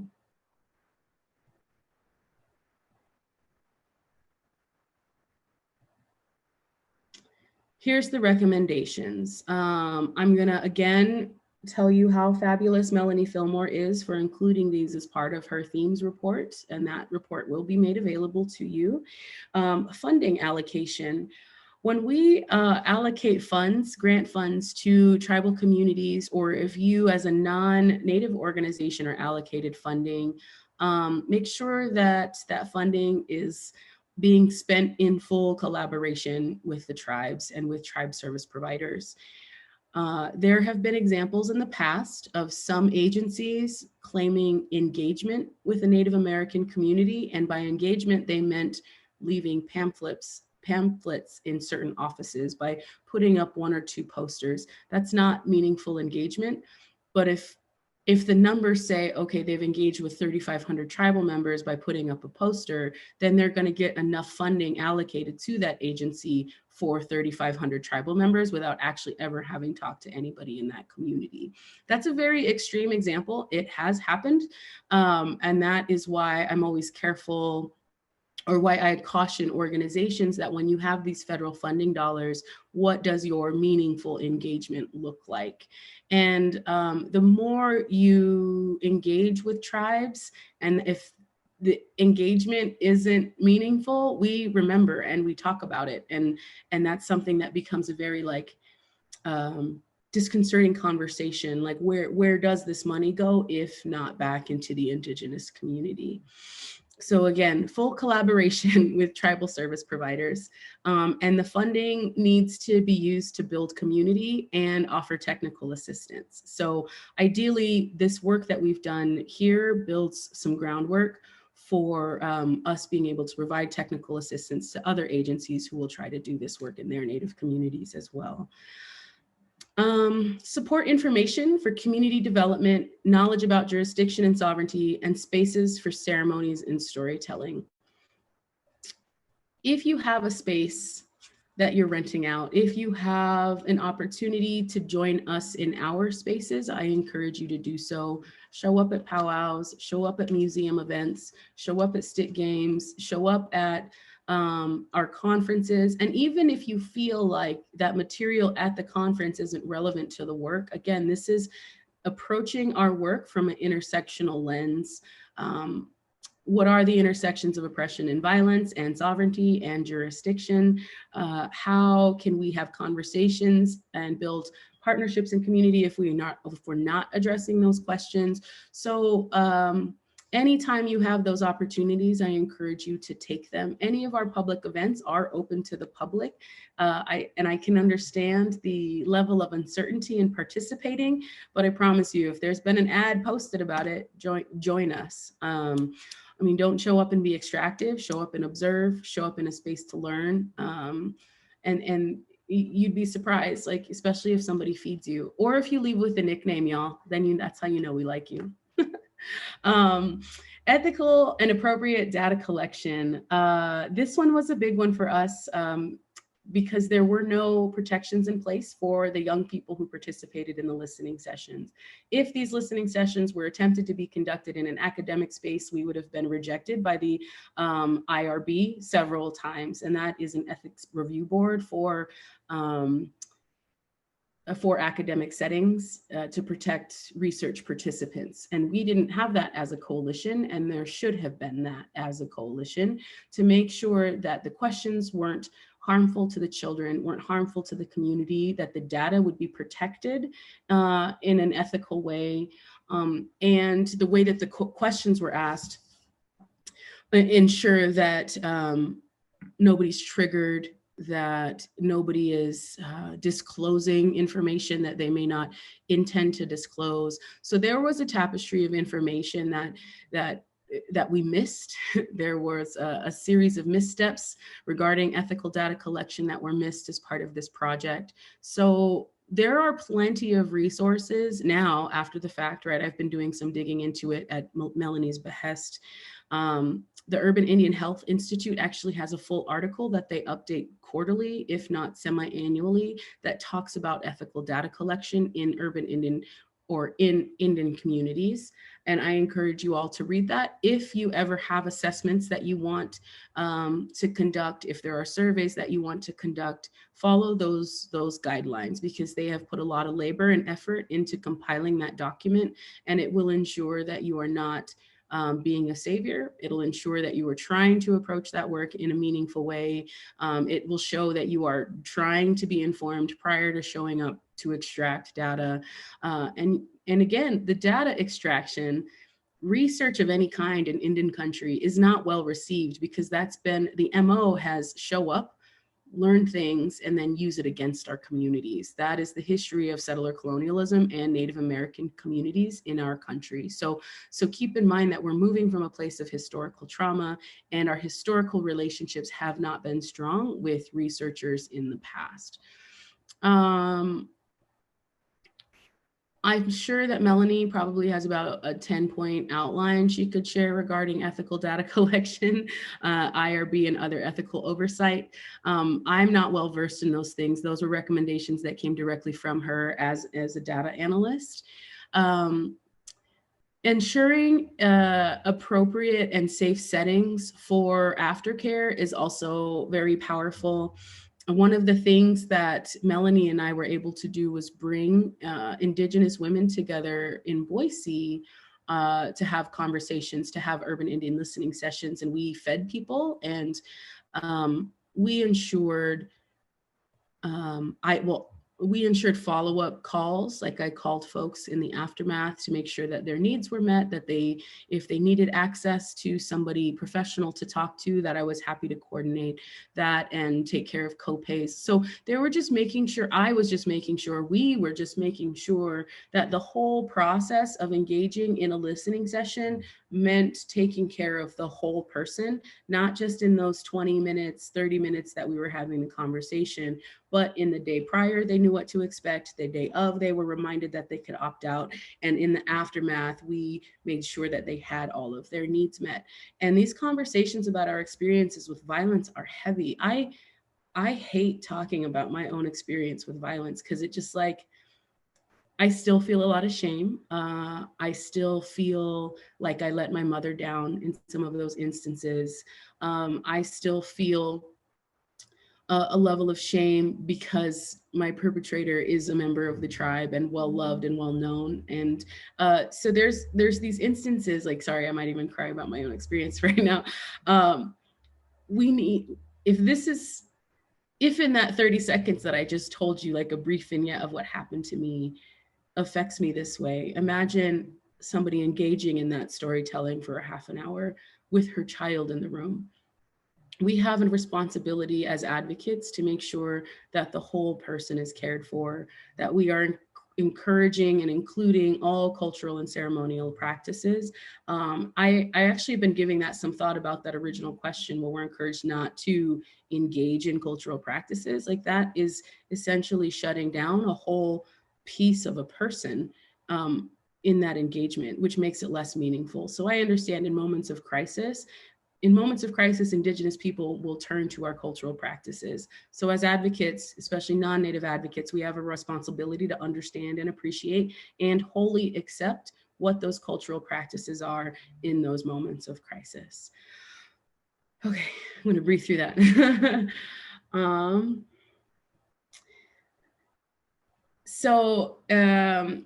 This, for my ASL relatives, this is my Indigenous language, and it means walking forward, moving forward in principle.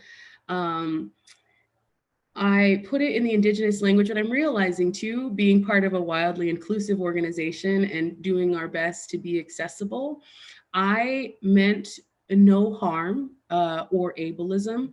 identifying this walking forward, it moving forward. It's difficult to translate, but I didn't want to be harmful in an ableist way, which is why I've put it in my Indigenous language, but it does lose some of its meaning in translation. So I just wanted to make a note about the language, but ultimately it loosely translates to walking forward. So you have now been a part of an abridged version of the Idaho Thriving Families Showing Up in a Good Way webinar series. So the full series is 3 webinars. The first webinar talks about narrative shifts in working with Indigenous communities. The second webinar dives deep into elders as mentors and matriarchs as advocates. And the third webinar dives deep into sovereignty and jurisdiction and access to ceremony. So that set of 3 webinars will be pre-recorded and made available. We'll post it as part of a newsletter, I'm sure. We'll send it to all of you as attendees so that you can engage in it and use that knowledge and use the expanded version of this experience in building these relationships in your particular Indigenous communities. Idaho Thriving Families, Stories in a Good Way podcast. I loved this. My favorite part of this whole grant work was getting to build a short podcast series.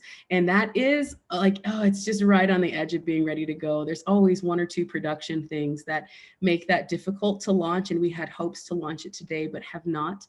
But that will be ready, and we will send it out and send it in the same way so y'all can listen to it. And it is very, very meaningful. The lens that you received today, the perspective shift, and I hope the narrative shift you take away from today will open you up to hearing those stories differently than what you're used to. I encourage you to listen to them as somebody who is in a space of learning and of openness. Lean into your curiosity.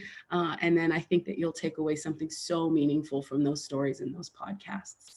It's a set of 4, and they're really short. I think it's only about 2 hours total for all 4.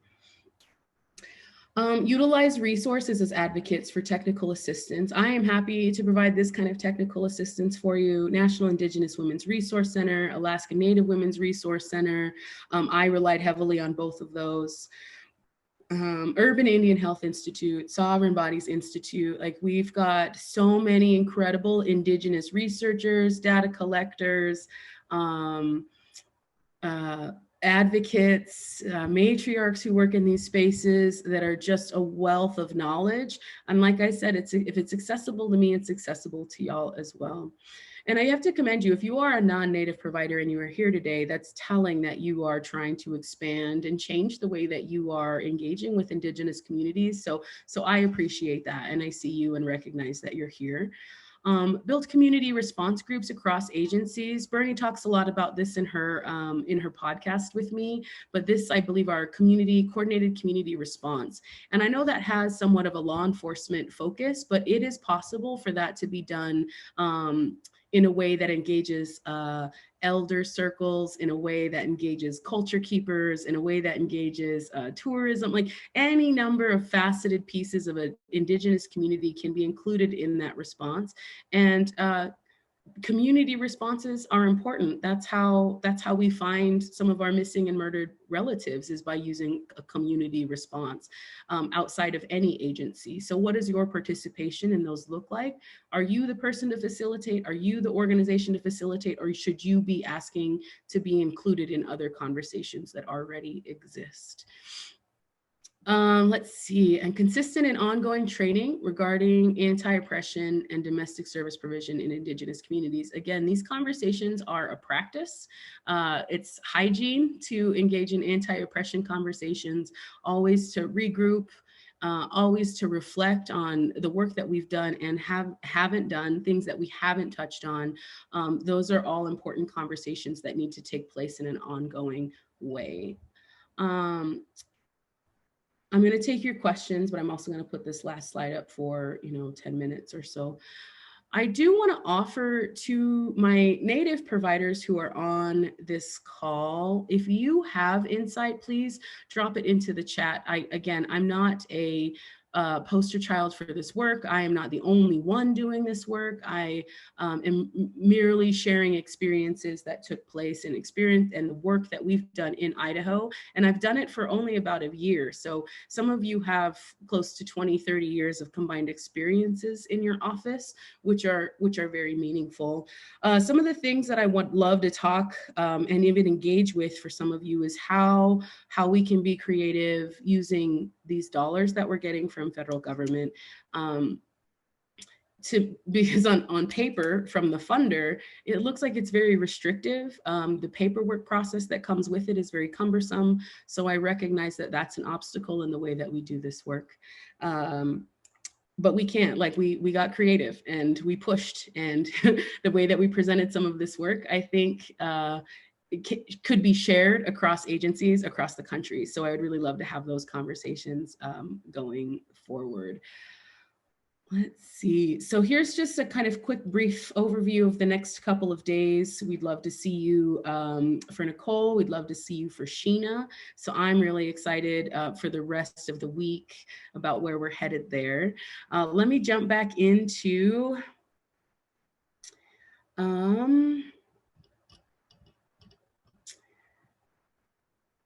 let's see. Oh, Mom, I didn't know you were here. Hi, Mom. My mom's here, guys. I love you, and thank you for saying that, Mom. I know in my heart of hearts that I didn't let you down, but it's difficult moving through, all of the emotions of having a violent experience. Showing up during COVID, this has been an adventure, y'all. We planned, this is the first of its kind event for the coalition to have an online conference. And what does that look like? My recommendations, my kind of very human recommendations, never keep people online longer than 2 hours and make sure that you plan breaks. If you can, I created a healing space for Black folks a couple of weeks ago, and I was Uber eating food to people. So feed people, even if it's remote, technology allows us to do that. And again, this is operating on the assumption that folks have access to technology or are within the scope of travel for some of these delivery services. Food is still very much possible. Using Zoom is tricky. I've had to call in a couple of elders to help other elders jump on for access. And that's been really tricky. I still do some of the cultural things like sending bundles. I've been sending cultural bundles to each of the presenters and to the elders who have offered prayers for us. And that would be usually done in person. I would offer that bundle. I would make a statement of gratitude and of deep love to that elder in person and give that bundle in person, but we're not able to do that. We have to keep the sacredness of our elders, their health sacred. We have to hold that tightly and prioritize it, just because we already have so little to lose. We have so much to lose in the face of COVID if we are not adhering to the precautions. Organizing young people has actually been a lot easier because we're millennials and younger are just always on our technology anyway. But when it comes to showing up, even the practice of grounding in your digital space, taking a few minutes to ground in the digital space, everybody accessing a prompt or having access to a prompt is important. Making sure that human needs are met, pausing to take water, to go to the bathroom. Imagine yourself in a physical space and what you would need, and then translate that to a virtual space. But again, no more than 2 hours online. Zoom fatigue is a very real thing. So that's tricky, but it's been fun. I'm learning something new every day. Yesterday's Indigenous Peoples Day celebration was 10 to 15 minute vignettes with everybody. And it felt like it went very, very quickly. So even if you're building a support group that's online, making sure that the program itself, that the community conversation goes very quickly. Story circles. The Idaho Coalition Against Sexual and Domestic Violence does host story circles. I would encourage you all to participate in one of those, because it's a really great model of how you can engage in storytelling in a digital space and use some of those prompts to engage folks in community conversations around violence if necessary. Food at every meeting, do not live. So some of these things that I've said about Indigenous communities are regardless of a reservation. Like Indigenous is Indigenous wherever we're located. We are still sovereign. We are still culturally strong, still very spiritually strong. So yes, food everywhere. Food is love everywhere, not just on Indian reservations. Even if you bring white folks into the room, I still feed them, because if this were my grandma's house and I brought you all over to the house, whether you were white or not, she would still feed you. And she'd say it like, she'd always just scream at you, "Did you eat yet?" And like, that's not even 3 words. It's just, "Did you eat yet?" It's super cute. And I bet like everybody in Indian country has a grandma like that, that's always making sure people eat. And so that's the lens that I take when I bring folks together. I'm actually very sorry that because this conference is digital, that I couldn't find a way to feed you all, but I hope that you honor that and eat something today and know that I would have fed you if we were in person. Let's see. As a non-Indigenous confidential staff, is it culturally ignorant to refer to the folks, the local advocacy agency? Would it be more helpful to connect survivors with the local? Ooh, this is a really great question.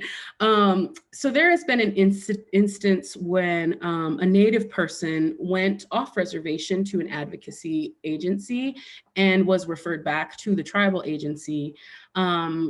That's very harmful and very dangerous for the person impacted by violence.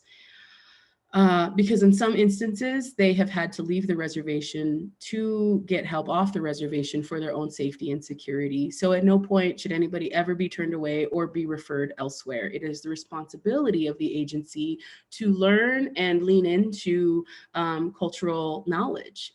That's an important part. If we really want to serve humans, we have to be the best learners we can to ensure that we're meeting the needs of other humans, including from a cultural space. And it is possible to do that learning without being extractive, without being intrusive, without being harmful. It is entirely possible. We dig a little bit deeper into that as part of the narrative series of the webinar. So that would be the first series, but thank you for that question. Going back to that instance where that woman was referred back to the tribal agency, she had to steal a car basically to get to the off-reservation agency and then was sent back to her tribe. So that's, we don't want to see that. That happened with a volunteer advocate, but we also know that there have been some learns and improvements in that. Everything is always an opportunity for learning, but in any advocacy, the tribe wouldn't turn away somebody who's non-tribal. So a non-tribal agency shouldn't turn away somebody who's tribal, or even if you don't have the cultural relevancy, simply asking like, what are your needs? Like, how best can we serve you? And if you can't at that point, then that's when you start to have a deeper conversation about who can. But in crisis, nobody should be turned away. How can domestic violence support service providers in rural areas with very small Native populations provide support to Indigenous people experiencing violence?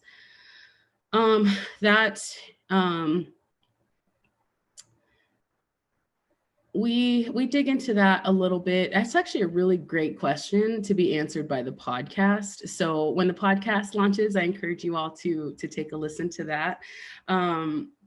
What you're asking there, sorry, somebody took the question away. I'll go back to it. Oh.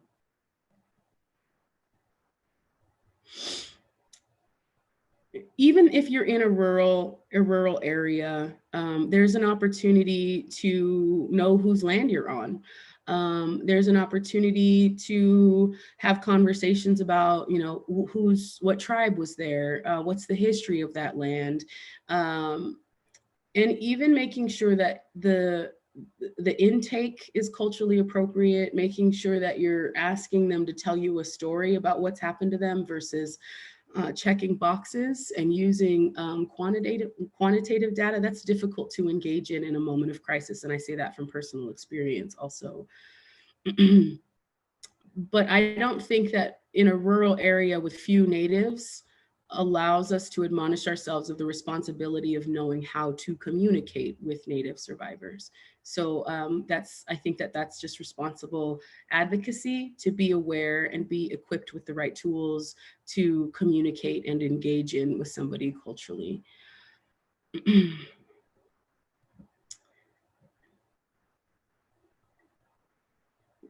How does a space with both Native and non-Native Latinx organizers create a distinction between not doing the work that needed, not erasing that?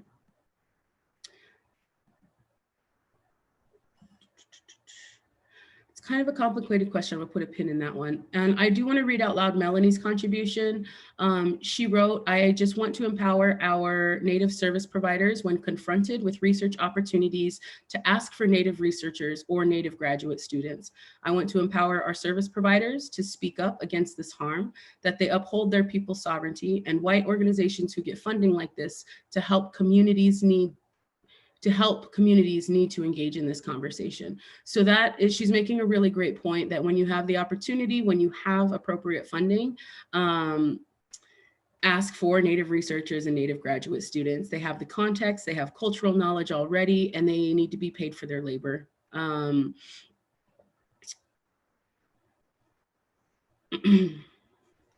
And that the responsibility also, that's actually a really great, that's an accountability to piece, sis, that you're talking about, is when we engage academically in this work, we are still accountable to our people rather than to the university. I'm accountable to my people, not to the coalition.